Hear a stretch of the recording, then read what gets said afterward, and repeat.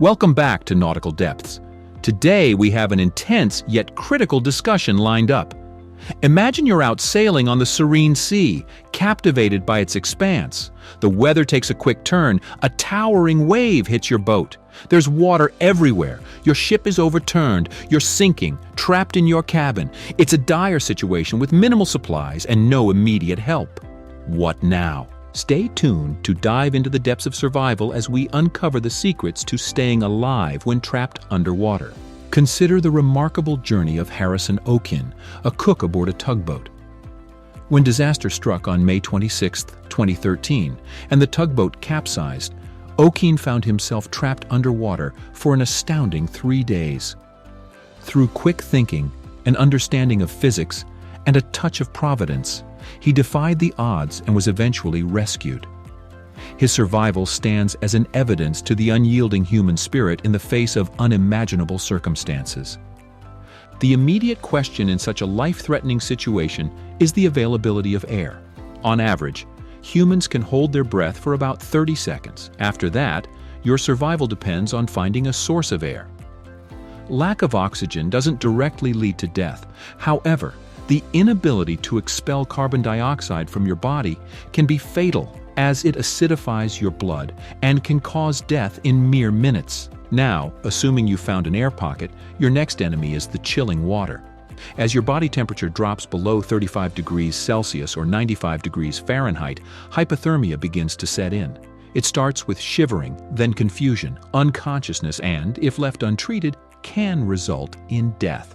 To slow down hypothermia, you must find a way to stay above the water surface. Anything that can keep you afloat can be a lifesaver. For Harrison Okin, it was a mattress. Apart from running out of air and hypothermia, there's another danger lurking: carbon dioxide poisoning. You'll be generating carbon dioxide as you breathe, and in a confined space, this can become a significant problem. A useful trick is to keep the water in your air pocket moving. This increases the water's surface area and enhances its carbon dioxide absorption capacity, reducing the carbon dioxide level in your air pocket. So if you ever find yourself trapped underwater, here are the steps you need to take. In dire situations like being trapped underwater, it is crucial to search for any enclosed areas that might contain trapped air. These pockets can act as a temporary oxygen supply, giving you precious time to assess the situation and plan your next steps. Stay alert and thoroughly explore your surroundings to identify any potential sources of breathable air in your ship. For example, one potential breathable air pocket in a ship could be within a sealed compartment or airtight compartment, such as a storage area or a small cabin, where a limited supply of trapped air can provide a temporary source of oxygen.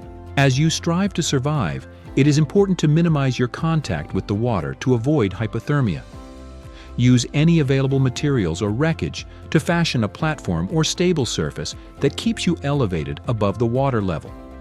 By staying out of the water as much as possible, you reduce heat loss from your body and increase your chances of maintaining a stable body temperature.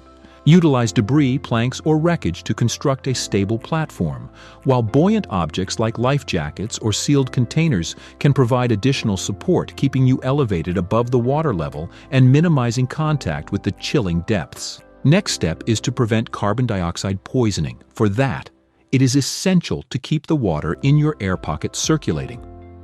Carbon dioxide can accumulate in stagnant water, leading to a decrease in the available oxygen. By creating movement in your air pocket, such as gently stirring the water with your hand or foot, you help to replenish the oxygen supply and remove excess carbon dioxide, ensuring a more breathable environment. Despite the overwhelming circumstances, it is crucial to stay calm and composed.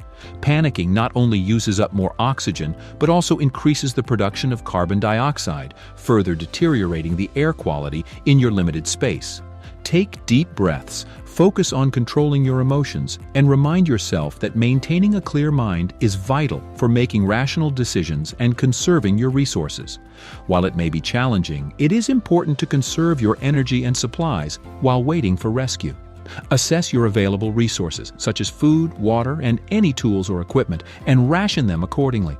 By pacing yourself and using your supplies wisely, you increase your chances of survival until help arrives.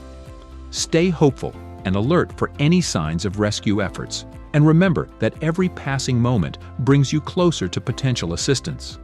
In addition to the given suggestions, it is essential to adapt and improvise based on your specific circumstances. Use your creativity and resourcefulness to find alternative ways to enhance your survival chances.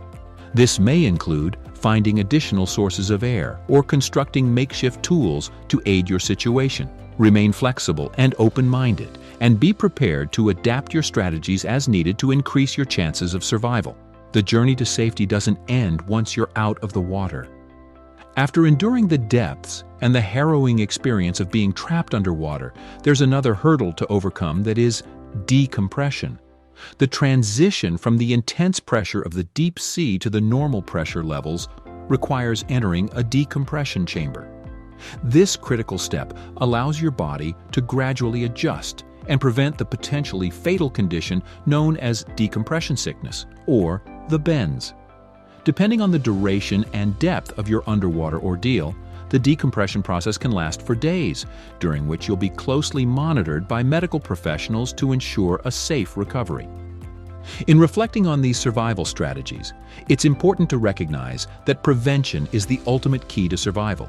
Prior to embarking on any sea adventure, it is imperative to inform someone on land of your plans and expected time of return.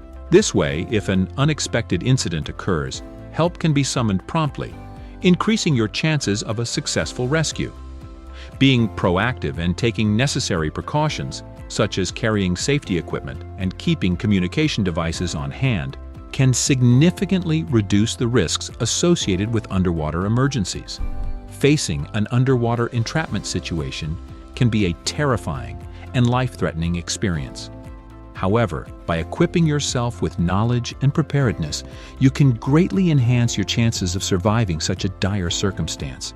The lessons and techniques discussed today are not intended to instill fear, but rather to empower you with the skills and understanding needed to navigate through the unfathomable challenges of being trapped underwater. Now, we would love to hear from you. Have you ever experienced a challenging situation at sea or known someone who has? What survival techniques or strategies do you find most intriguing? Share your stories and thoughts in the comments below. If you found this discussion on underwater survival engaging and informative, don't forget to give it a thumbs up and share it with fellow sea enthusiasts. And if you haven't already, be sure to subscribe to Nautical Depths for more captivating explorations and discussions about all things maritime. Stay tuned for our next episode, where we'll dive into another riveting topic from the vast ocean of knowledge. Until then, may your sails be full and your adventures on the high seas be filled with both excitement and safety.